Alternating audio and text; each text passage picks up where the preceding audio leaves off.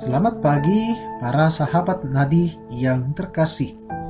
Selamat menyambut berkat Tuhan di akhir pekan ini. Pada hari Sabtu 13 Desember 2025. Hari ini kita memperingati Santa Lucia, perawan dan martir. Bersama saya Pastor Patrick dari kawasan Bahagia Tombang Lambe. Mari kita mengambil waktu sejenak untuk bersama-sama merenungkan sabda Allah dengan inspirasi dari Injil Lukas bab 17 ayat 9a dilanjutkan ayat 10 sampai 13.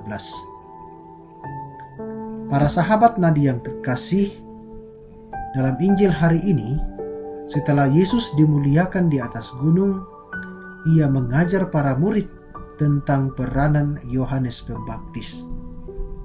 Yesus menyebut Yohanes Pembaptis dalam peranannya sebagai Elia yang akan datang.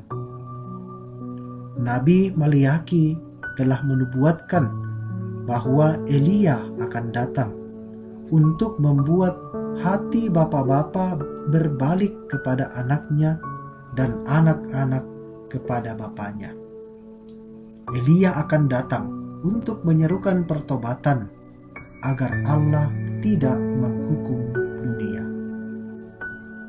Akan tetapi ternyata kehadiran Yohanes Pembaptis tidak sepenuhnya diterima oleh orang Yahudi pada waktu itu. Cara hidup Yohanes Pembaptis yang hidup di padang gurun, yang makan belalang dan madu hutan, sangat jauh dari harapan dan pikiran orang-orang Yahudi. Oleh karena itu, Yesus mengatakan bahwa pada akhirnya orang Yahudi, khususnya para ahli Taurat, memperlakukan Yohanes menurut kehendak mereka. Bahkan mereka tidak membela ketika Yohanes ditangkap dan dibunuh oleh Herodes. Para ahli Taurat gagal melihat Elia dalam diri Yohanes Pembaptis. Mereka juga akhirnya gagal melihat Mesias dalam diri Yesus karena mereka tidak mau terbuka, terlalu sibuk dengan pikiran mereka sendiri tentang gambaran Elia dan Mesias. Para sahabat Nadi yang terkasih, seberapa sering kita jatuh pada keadaan seperti orang Yahudi, khususnya para ahli Taurat? Seberapa sering kita gagal melihat rencana Tuhan dalam diri sesama, terutama karena kita sibuk dengan gambaran Tuhan yang terlalu indah, yang spektakuler.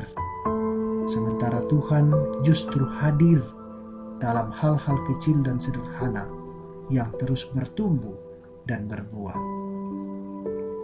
Sabda Tuhan hari ini mengingatkan kita untuk lebih peka pada keadaan dan lingkungan sekitar kita. Kehendak Allah bisa kita temukan dalam diri sesama kita, bahkan dalam diri lingkungan dan alam sekitar kita. Kita membutuhkan kejernihan hati dan pikiran untuk memahami kehadiran karya keselamatan Allah kepada kita manusia. Maka para sahabat Nadi yang terkasih, semoga sepanjang hari ini kita membuka hati dan pikiran kita seluas-luasnya untuk memahami kehendak Allah yang hadir dalam lingkungan sekitar kita, yang hadir dalam sesama kita, agar kerajaan Allah terus bertumbuh dalam kehidupan kita, berbuah demi sukacita, kemuliaan Allah, dan kebahagiaan kita manusia. Salam Nadi, Tuhan memberkati kita semua.